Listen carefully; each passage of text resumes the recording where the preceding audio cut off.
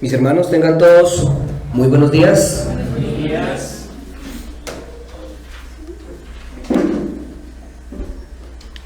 Quisiera que antes de iniciar este tiempo de exposición de la palabra del Señor pudiéramos orar a Él.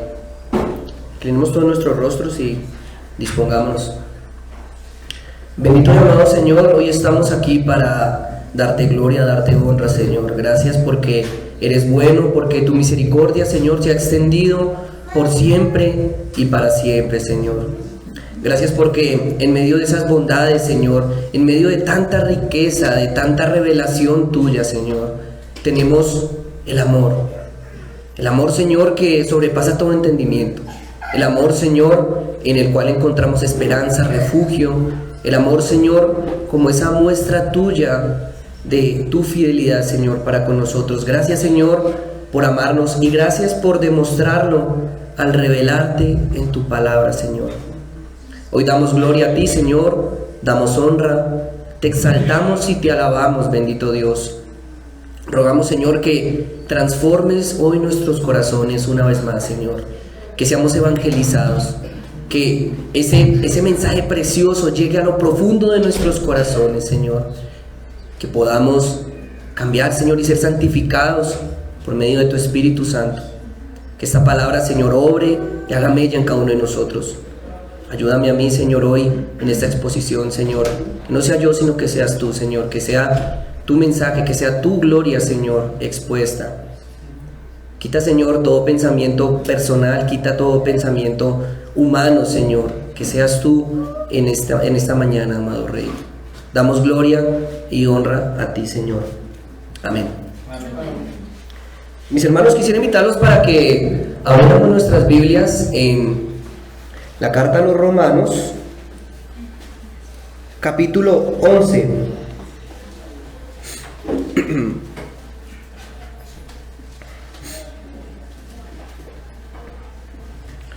Carta a los Romanos, capítulo 11. Vamos a estar meditando en los versículos 1 al 10. Bien, ¿me confirman, mis hermanos, cuando ya estén allí? Amén. Perfecto.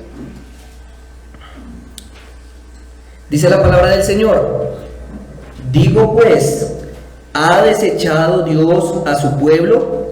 En ninguna manera, porque yo también soy israelita, de la descendencia de Abraham, de la tribu de Benjamín. ¿No ha desechado Dios a su pueblo, al cual desde antes conoció? ¿O no sabéis que dice de Elías la Escritura, como invoca a Dios contra Israel, diciendo: Señor, a tus profetas han dado muerte, y tus altares han derribado, y solo yo he quedado, y procuran matarme? Pero, ¿qué le dice la divina respuesta? Me he reservado 7,000 hombres que no han doblado la rodilla delante de Baal. Así también, aún en este tiempo, ha quedado un remanente escogido por gracia. Y si por gracia, ya no es por obras. De otra manera, la gracia ya no es gracia, y si por obras, ya no es gracia. De otra manera, la obra ya no es obra.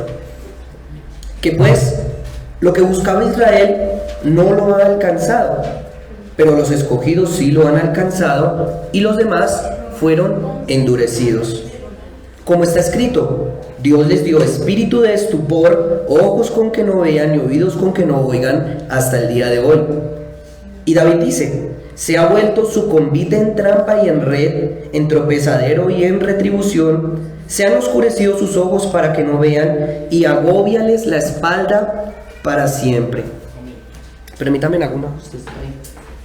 Está comunicando. Yo más o menos escucho porque estoy con los oídos tapados.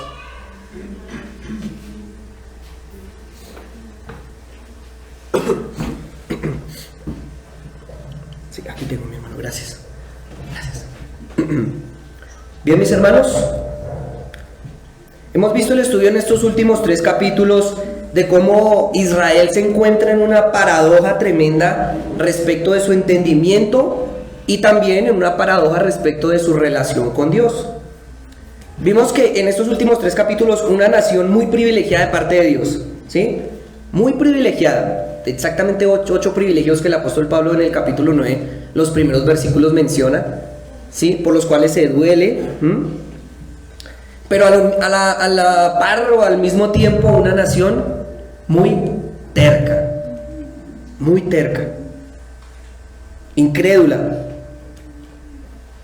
Por estas razones Pablo tenía mucho dolor, él no lo podía creer, él decía, ¿cómo es posible que alguien que tenga tanto de Dios, tanto que el Señor se le ha revelado, cómo es posible que reaccione de esta manera? Obviamente no porque Dios fuera injusto o porque Dios fuera infiel. No era porque fallaran sus promesas, porque Él le había fallado a su pueblo elegido. No era por nada de esto. Y vemos aquí, en este contexto de estos versículos, ¿qué fue lo que pasó con esos israelitas que rechazaron a Cristo? Vemos que siguieron su curso rebelde, una autojusticia, y así encontraron en esa roca en la que tenían que pararse, había una roca que era para salvarse, pero ¿qué encontraron? Tropiezo. A pesar como en el capítulo 10, que Dios les habló muchísimo, se les reveló de muchísimas maneras, pero entre más conocían, más se endurecían. Eso es lo que vemos. Como termina el versículo 21 del capítulo 10. Pero acerca de Israel dice, todo el día extendí mis manos a un pueblo rebelde y contradictor. ¿Cómo la ven, mis hermanos? Tremendo hasta aquí, ¿no? Pablo, al terminar de explicar este punto, resuelve una pregunta que tal vez hasta este momento todos nos estábamos haciendo. Uno dice, pues hombre, después de ver todas estas cosas, los privilegios, cómo reaccionan, Dios revelándose, Dios mostrándose, y ver esa magnitud de terquedad y rebeldía, de contradicción delante de Dios, pues uno que dice, no, Dios ya se cansó, ya no más, uno diría, no, Dios estaría diciendo, vamos a mandarles fuego que los consuma de una vez y ya, bueno, ya, caemos con esto, todo está perdido, definitivamente con ellos no se pudo, ya estoy cansado, los desecho. Eso es lo que hasta el momento uno como que dice, no, pues hombre, ya estuvo bueno. Bien, mis hermanos, pues la pregunta que Pablo va a responder es justamente esta. Literalmente, ¿ha desechado Dios a su pueblo? La respuesta es, en ninguna manera, no. Pero pues no se queda con un no ya. Es como uno le dice, ¿ha desechado Dios a su pueblo? No. Quédese con eso. No, punto. No. El apóstol Pablo nos va a presentar una serie de pruebas personales, teológicas y bíblicas en respuesta a esto. Y vamos a empezar examinando, perdón mis hermanos, una pregunta, ¿sigue pitando alguito? ¿Ya no está pitando? Es que no escucho muy bien. Bien, la primera pregunta, la primera respuesta a esta pregunta, ¿ha desechado Dios a su pueblo? Lo va a hacer de manera personal, es un no personal. Vayamos al versículo 1, mis hermanos. ¿Qué dice? Digo pues, ¿ha desechado Dios a su pueblo? En ninguna manera, porque también yo soy israelita, de la descendencia de Abraham, de la tribu de Benjamín. La primera prueba de que Dios no ha desechado a ese pueblo rebelde y contradictor, lo que sería justo también, es Pablo mismo. Allá en Filipenses capítulo 3, el versículo 5, miren lo que dice Pablo. Circuncidado al 8º día, está hablando de él, del linaje de Israel, de la tribu de Benjamín, hebreo de hebreos. En cuanto a la ley, fariseo. En cuanto a celo, perseguidor de la iglesia. En cuanto a la justicia que es por la ley, irreprensible. O sea, aquí no está hablando casi nadie, está hablando Pablo, Saulo, en ese momento. Aquí dice, yo soy israelita, yo. Y no se queda solo con esa, sino que apunta también al símbolo de orgullo nacional israelita. Es como si aquí, y espero no me entiendan, digamos, solo es para que lo comprendamos, un orgullo nacional en este momento. James, por ejemplo, sí, que todo el mundo dice, bueno, o en su momento, Sí. un futbolista, una estrella del país, ¿sí? Alguien que representa y que todo el mundo lo quiere y hay afiches y hay por todo lado. Aquí en Colombia, en su momento, Sí. James Rodríguez, sí. No, obviamente no se compara con Abraham y solamente es para poder entender el contexto de cómo Pablo, ¿a quién está poniendo en representación? Está diciendo Abraham. Dice, yo soy descendiente de Abraham, el orgullo nacionalista de ustedes. Ustedes, todo lado, somos hijos de Abraham. El héroe nacional Abraham, el padre de la fe. Y pues sí, Pablo era descendiente de Abraham, hijo de Abraham según la carne. Y también lo sabemos, hijo de Abraham según la promesa, la fe. Hijo de Abraham según la fe. Pero no se queda ahí, miren, esta respuesta tan interesante de Pablo.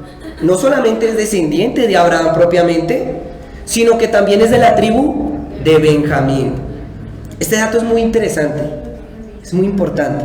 Recordemos que en la época de José, Benjamín fue el último hijo de Jacob. Él reemplazó, supuestamente, pues se ha entendido así, que había reemplazado a José. Fue el único hijo que nació siendo libre, es decir, no nació en una opresión de otra nación. Interesante esto, de allí venía Pablo. Nació en la tierra también que Dios prometió a Abraham, nada más y nada menos. Y tanto Benjamín como Judá, este es súper, no se mezclaron con naciones paganas. La tribu de Benjamín y la tribu de Judá no se mezclaron con naciones paganas, como si lo hicieron los del norte. Tiene mucho peso entonces la tribu de Benjamín. Más de qué decir, ¿cierto? En ese contexto, Pablo dando su respuesta diciendo, ¿ha desechado Dios a su pueblo? No. Mire, yo soy descendiente de Abraham y soy de la tribu de Benjamín. Eso tiene mucho que decir. Pablo es la prueba viviente de la restauración de Dios para con su pueblo.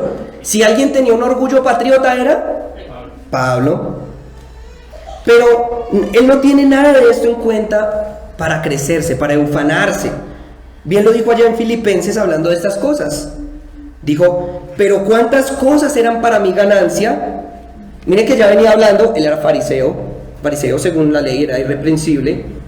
Miren, viendo todo este contexto, pensando en Pablo, dice en Filipenses, y siguiendo lo que estábamos leyendo, allá más adelantico el versículo 7, pero cuántas cosas eran para mi ganancia, las he estimado como pérdida por amor de Cristo.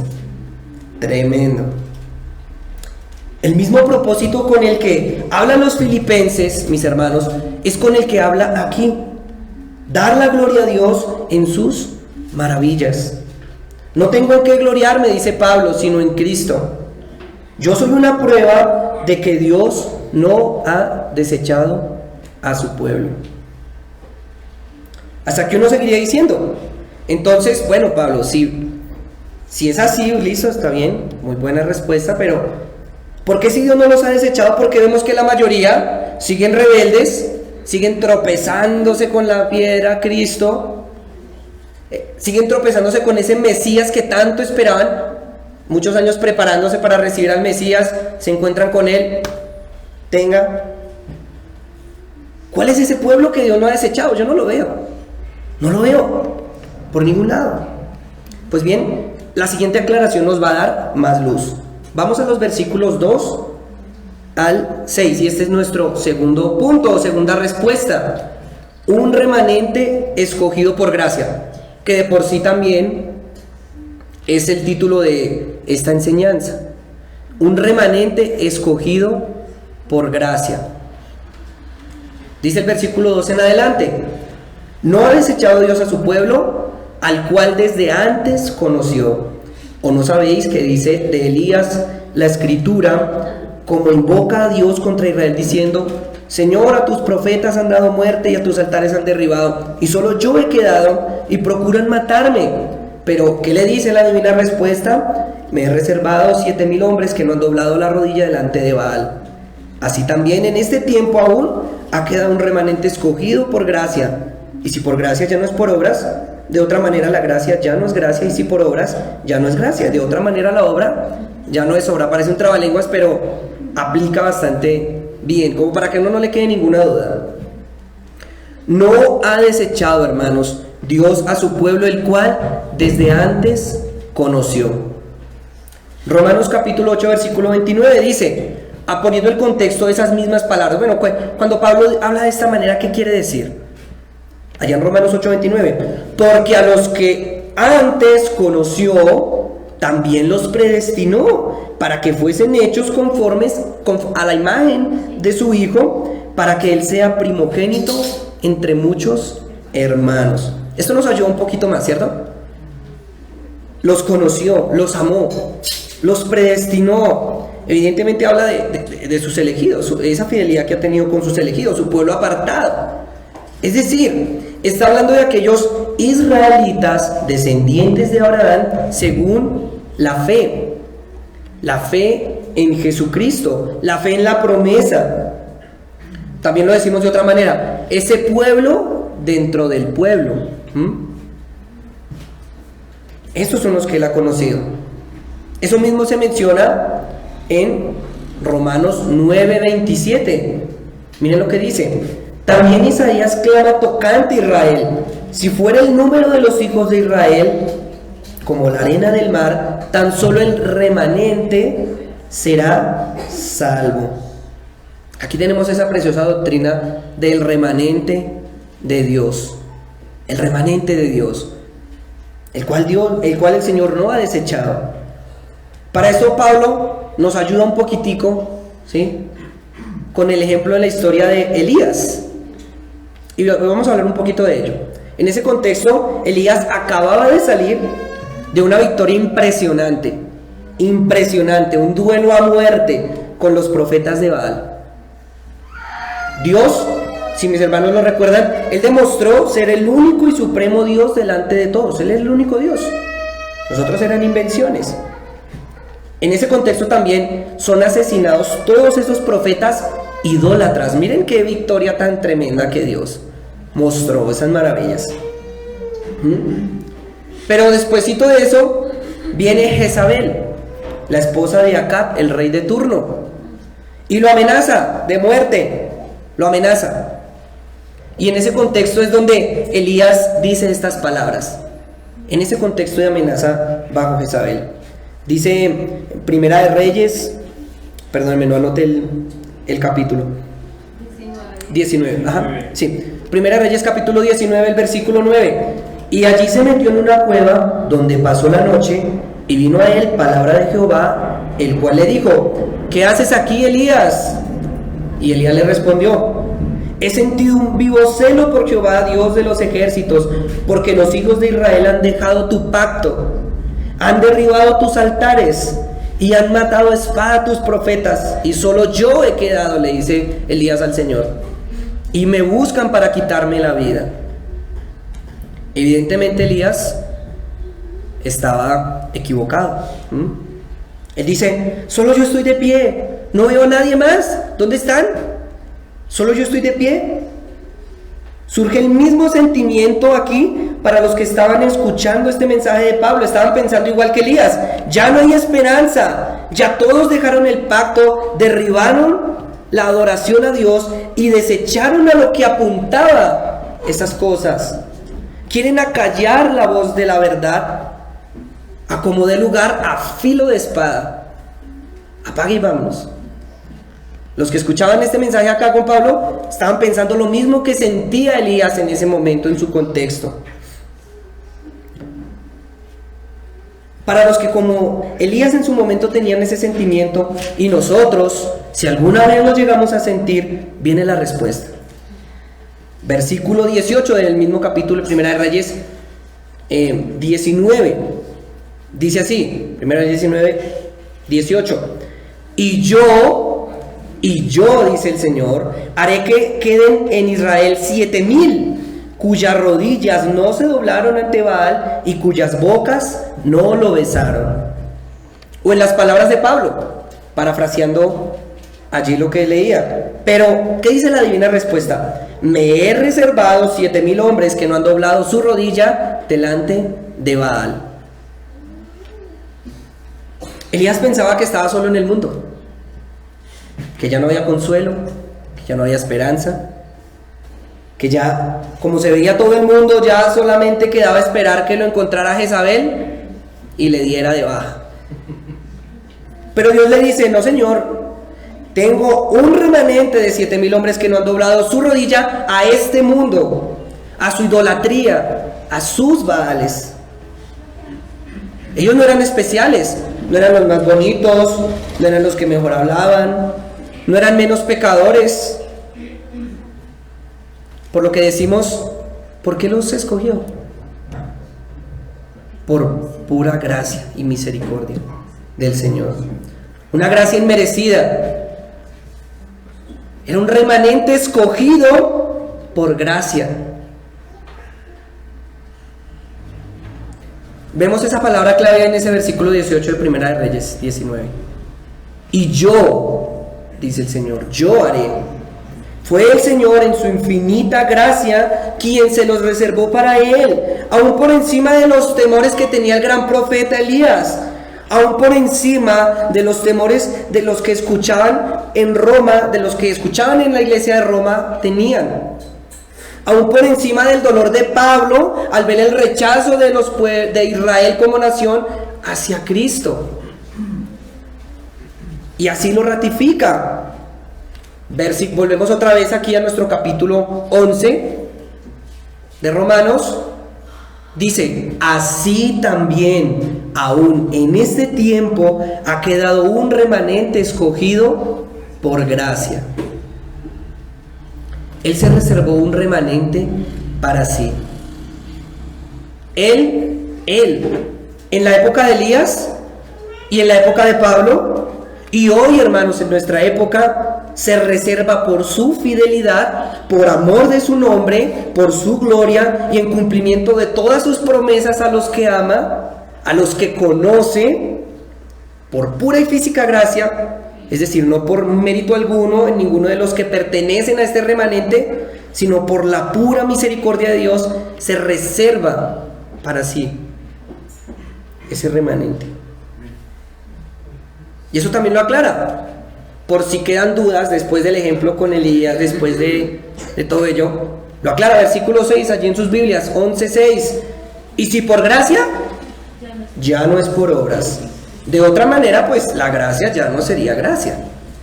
Y si por obras, ya no es gracia. De otra manera, la obra ya no es obra. Pura y física gracia. Esos 7,000 no tenían nada de especial, solamente que fueron escogidos por el Señor, dotados. Él les puso la fe. Y aún en medio de todos sus temores, las inseguridades, los conflictos personales, emocionales, mentales, todo lo que muchas veces pudieron tener, que tenían en la iglesia de Roma posiblemente, que podemos tener hoy también nosotros, queda esto: es por gracia. Es por gracia.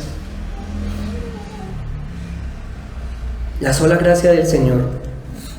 Ahora, ¿qué pasó entonces con la otra parte del pueblo? Ya hablamos, venimos aquí tocando en esta respuesta, o el apóstol Pablo nos va enseñando. Primero, ¿ha desechado Dios a su pueblo? No. ¿Quién es el primer ejemplo de eso? Pablo mismo. Nos viene a hablar en primera instancia, en la primera parte de su respuesta, de un remanente escogido por gracia. Pero bueno, y en la otra parte, ¿qué pasa con la otra parte? Viene la respuesta aquí, versículos 7 al 10, mis hermanos. ¿Qué pasó con ese pueblo incrédulo? Y este es nuestro tercer punto.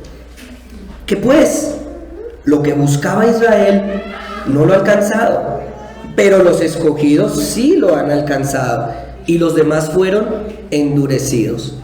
Como está escrito: Dios les dio espíritu de estupor, ojos con que no vean y oídos con que no oigan, hasta el día de hoy.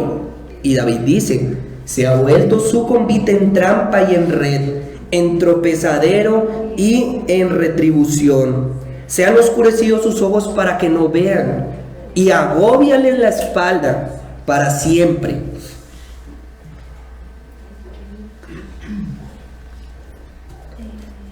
Vemos aquí que Pablo realza dentro de Israel unos escogidos, ¿cierto? Ahí está clarito. Un remanente que ha alcanzado algo. Ha alcanzado algo. Pero viene otra pregunta, dentro de la pregunta. ¿Qué es lo que han alcanzado? ¿Qué es lo que buscaban? Romanos capítulo 9, versículo 31, mis hermanos. Miren lo que dice. Mas Israel, que iba tras una ley de justicia, no la alcanzó. Ya Pablo lo había mencionado. Romanos 9, 31. Buscaban una justicia, pero basada en sus propias obras. Buscaban siempre esa salvación en sus propias obras, en lo que podrían ofrecer, en contraste con los elegidos que alcanzaron la justicia por gracia. Ellos fueron justificados por la fe en Cristo. Hablemos de Abraham, Moisés, David, Elías, Pablo. Todos ellos fueron justificados por la fe. Solamente buscaban y querían alcanzar al Mesías, a ese Señor, a esa promesa, apuntaban a eso. Tenían un entendimiento correcto de ello. Justificados por la fe, en esa promesa que Dios enviaría a un Salvador que redimiría finalmente a su pueblo amado.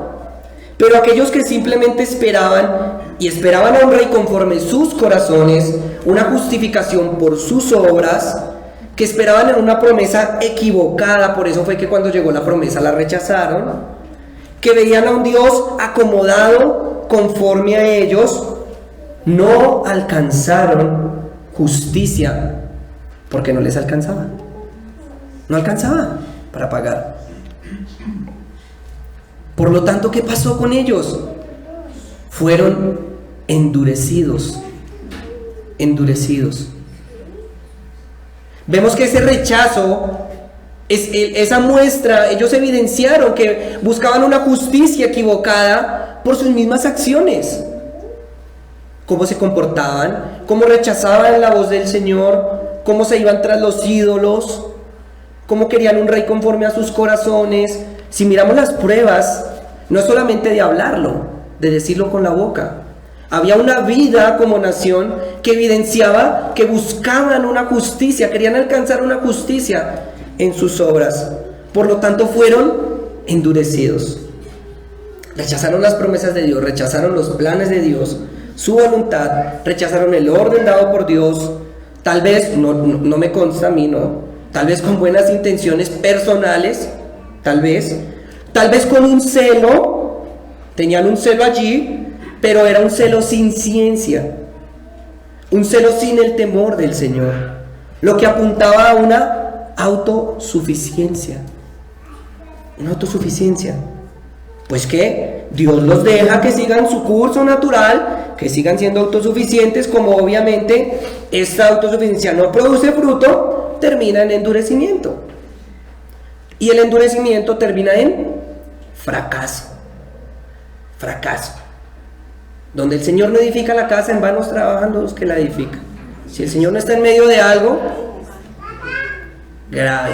Eso es lo que vemos cuando no se busca la justicia o no se tiene al Señor allí. Eso es lo que se evidencia. Un endurecimiento que lleva al fracaso. Para rematar, Pablo presenta las mismas escrituras como prueba. No es algo que Pablo se estaba inventando. Y si lo vemos en ese estudio bonito que hemos hecho del Antiguo Testamento, que ya terminamos, aquí Pablo les saca toda la Tanakh. ¡Pah! Tomen, miren, les mostró la ley, ¿sí vieron? Los escritos, saca los profetas, toda la Tanakh completica.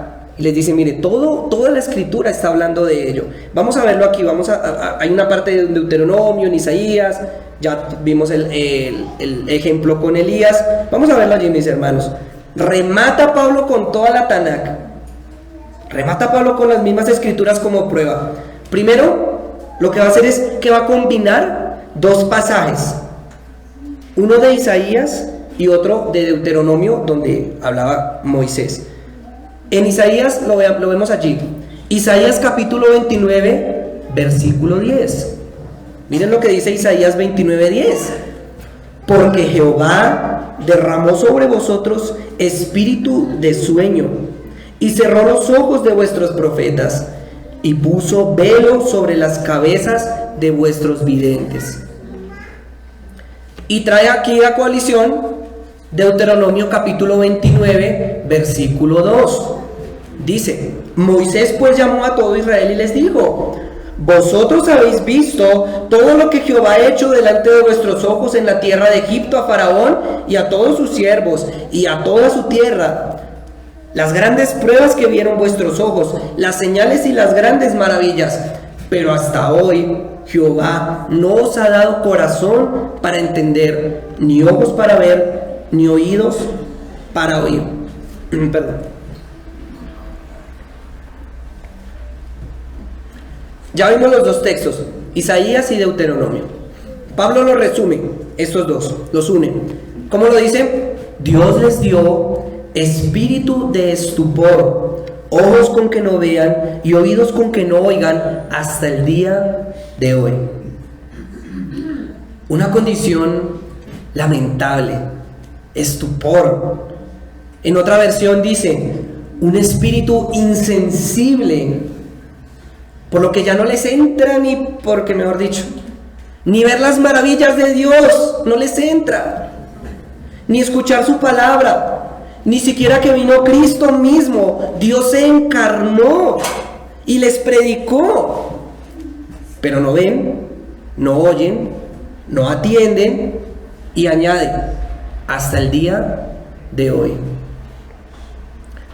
Luego Pablo cita el Salmo 69. Con broche de oro, escritos, esto hace parte de los escritos, ¿cierto? Dice Salmo 69, versículos 22 y 23, mis hermanos: sea su convite delante de ellos por lazo, y lo que es para bien por tropiezo. Sean oscurecidos sus ojos para que no vean, y haz temblar continuamente sus lomos. Eso es un salmo mesiánico. Es decir, es un salmo que habla de Jesús.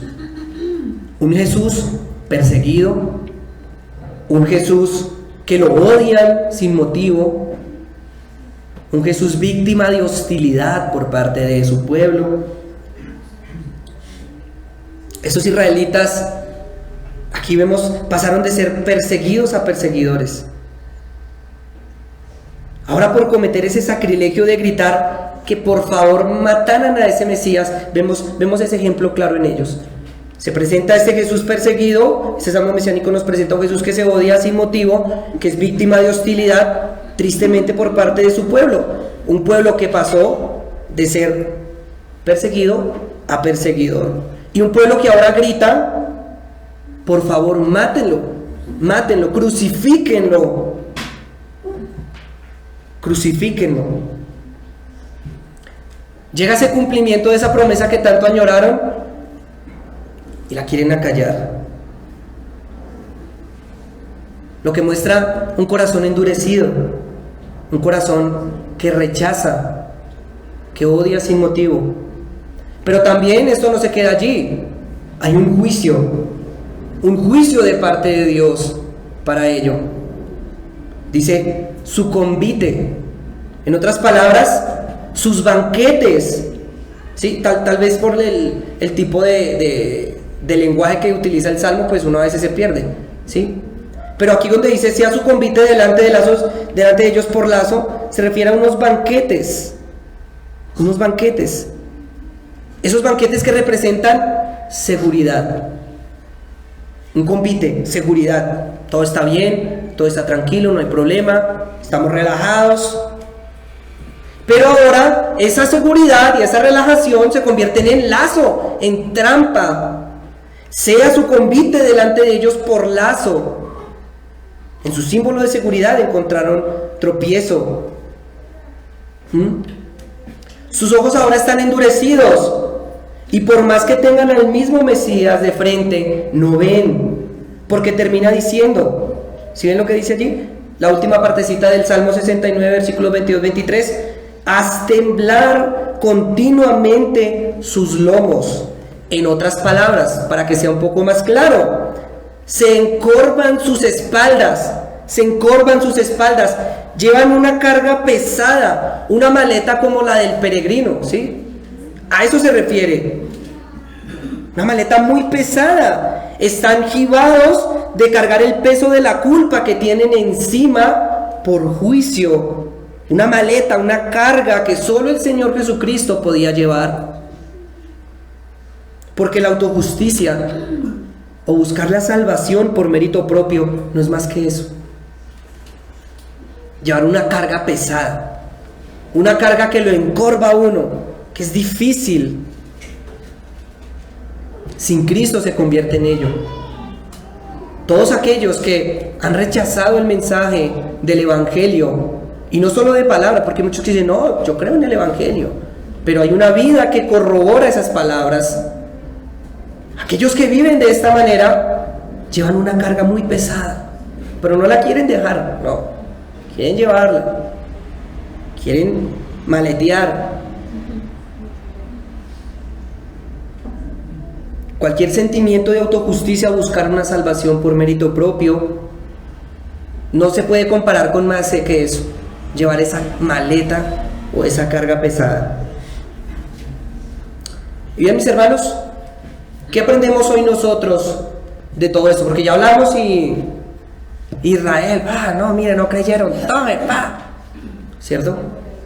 Esto lo hicimos para poder entender el contexto, ¿sí? Lo que apuntaba el apóstol Pablo, lo que quería hablar respecto de ese remanente, a ese primer público al que se estaba dirigiendo. Pero, ¿qué aprendemos hoy nosotros de todo esto que hemos visto hoy? Primero, esto lo aprendí esta semana de un hermano muy querido, y es esto, que no podemos en el contexto inmediato de este pasaje, que habla de Israel como país, como nación, irnos a los extremos, ¿sí? No podemos irnos a los extremos. Mi hermano sí me sabe quién es. Mi hermano sí me entendió. No podemos ir, mis hermanos, a los extremos en cuanto a cómo vemos a la nación de Israel. No podemos irnos allí. No los podemos rechazar y no los podemos satanizar totalmente. No, Israel, que ojalá les caiga juicio de Dios porque rechazaron al Señor. Y ahorita, y uno dice a veces que el Señor lo perdone. Mírenlo, ¿sí ven? Miren cómo están ahorita. Sí, miren. Uno peca también en ello, pero está mal. No lo podemos hacer porque, hermanos, ciertamente hasta el día de hoy Dios se ha reservado un remanente dentro de la nación de Israel. Allá en Israel hay hermanos de nosotros. Allá en Israel hay hermanos de nosotros, ciertamente, no es todos como nación. Pero no podemos irnos al extremo de rechazarlos y satanizarlos y cruz, no podemos hacer eso. Pero también no podemos irnos al otro extremo que ya se pasa. No podemos adorarlos. No podemos ver a Israel como el reloj de Dios. Allí le estaríamos quitando la gloria al Señor. No podemos, mis hermanos, ver que todas esas profecías y pensar que todo se centra exclusivamente en ellos. No podemos verlos así. No podemos poner aquí en la iglesia banderas de Israel y batir las banderas de Israel y gastarnos un viaje carísimo para ir a mirar allá, visitar todos los lugares donde Jesús caminó y mirar todos los sitios sagrados, ir a llorar en el muro de los lamentos. O tampoco podemos llegar al extremo de cambiarnos a un apellido judío y decir que somos judíos. Miren hasta donde llega el otro extremo. No podemos hacer eso. No me puedo poner el apellido judío colombiano, eso no existe. No, ellos, como cualquier otra nación, necesita de nuestras oraciones, necesita de nuestro afecto para que el Señor sustente a su remanente, a su iglesia, a sus hijos, a su pueblo que viven allí. Hombre, no la tienen fácil. Ser cristiano en esa nación es duro, es difícil, hay mucha persecución. Oremos por esos hermanos israelitas, judíos, oremos por ellos. Clamemos al Señor para que les fortalezca, les sustente, les guíe. Pero no idolatremos la nación, no vayamos a ese extremo. Y tampoco les rechacemos. Segundo, ¿qué más aprendemos? Viéndonos como el pueblo de Dios, no nos podemos gloriar, hermanos, de si somos cristianos de la descendencia reformada de la tribu del Almenar. No nos podemos ufanar de eso. No nos podemos gloriar en si sabemos algo, en si tenemos más que este o si tenemos más que el otro. Sí, es cierto, gloria a Dios por lo que el Señor ha hecho a través de la reforma. Le damos la gloria al Señor, sí. Y que hoy nos llamemos cristianos. Damos gloria al Señor que nos haya establecido en una iglesia local. Pero mis hermanos, si en algo hemos de gloriarnos, que sea en Cristo. Amén. Quien se entregó a sí mismo, hermanos, en sacrificio por cada uno de nosotros. Es una verdad que nos debe impactar toda la vida. Cada vez que la escuchemos, debemos ser compungidos por esto. Y algo muy hermoso dentro de eso. ¿Por qué lo hizo el Señor? Porque nos ama. Nos ama profundamente. Y en ese amor derrama su gracia, hermanos, para con nosotros. Pensar en esto nos debe hacer considerar todo como si fuera una pérdida. Todo es pérdida por causa de Cristo. Tercero, ciertamente, hermanos, no perdamos la esperanza como en un momento le pasó a Elías. Sí, es verdad, el mundo está patas arriba, eso no es un secreto. Sí, es verdad, aquellos que buscamos la verdad somos perseguidos, se burlan de nosotros, somos menospreciados muchas veces, aún dentro de nuestras familias somos considerados como una secta, apartada por allá. Las iglesias que hoy se autodenominan cristianas, en su gran mayoría rechazan el mensaje de Cristo, hacen como quieren, dañan personas, pervierten el mensaje de la verdad, van tras sus propios deleites. Aún, hermanos, dentro de las iglesias locales, duele ver que hay personas que rechazan al Señor, aún dentro de nuestras mismas congregaciones. Vemos que hay un pueblo dentro del pueblo. Se ve un juicio cada vez más agudo, ¿cierto? La ceguera del mundo y parte de los que se llaman a sí mismos cristianos, en que no quieren oír, en que insisten en llevar sus cargas pesadas sobre la espalda en vez de despojarlas delante de su Señor. Apartados de Cristo, los vemos cayendo cada vez más bajo, endurecidos, siguiendo el curso de su naturaleza. Sí, es verdad. Esto es durísimo. Uno meterse en la cabeza este panorama es muy duro. Pero tranquilos, hermanos, este es el mensaje. Tranquilos. Dios hoy también tiene un remanente escogido para sí mismo. Dios ha guardado un remanente que no ha doblado su rodilla ante este mundo. Así es. El Señor lo ha sustentado, lo ha guiado, Él lo ha consolado, Él ha confortado y ha fortalecido a ese pueblo. Hermanos, hay esperanza, hay esperanza. Cristo viene pronto por ese remanente. No nos olvidemos de eso. Hay muchas cosas en el mundo que tal vez a uno como que le llevan a poner su mirada y desviarse un poco, pero centrémonos, hermanos, en nuestras mentes que Cristo viene pronto. Él viene. La pregunta que tenemos que hacernos es de corazón: ¿estoy esperando a ese Cristo? ¿O a cuál Cristo estoy esperando? ¿A qué Cristo estás esperando tú? ¿O por lo menos estás esperando a alguien?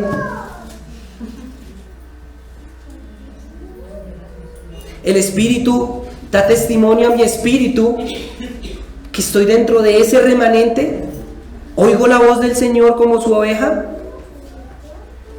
¿Estoy apartado del mundo y sus deseos, lejos de los Baales, lejos de la bestia?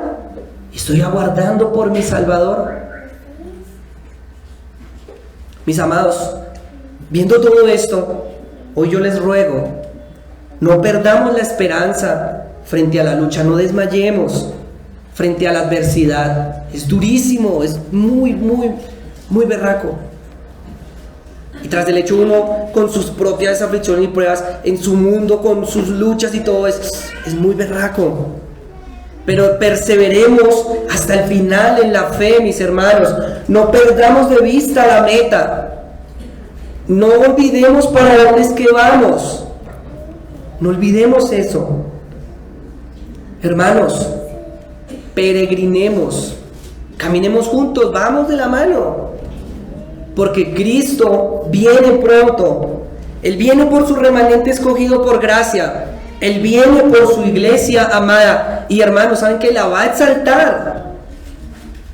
La va a gobernar por la eternidad. Él va a restaurar todo lo que se había perdido en su reino perfecto. Es en serio, no es una utopía, es algo cierto. Él va a consolarnos eternamente. Allá no habrá llanto, allá no habrá dolor. Disfrutemos de su plenitud. Recordemos que nos vamos a gozar en su presencia por la eternidad. Que esto nos ayude a no perder la esperanza, hermanos. Él hará justicia a sus escogidos. Lo repito, Él hará justicia a sus escogidos. Amén. Él no tarda, Él mismo lo prometió. Y voy a terminar con esas palabras del mismo Señor Jesucristo. Lucas capítulo 18, versículos 7 al 9. Dice así: ¿y acaso Dios no hará justicia a sus escogidos que claman a Él de día y de noche? ¿Se tardará en responderles? Os digo que pronto les hará justicia. Pero cuando venga el Hijo del Hombre, ¿hallará fe en la tierra?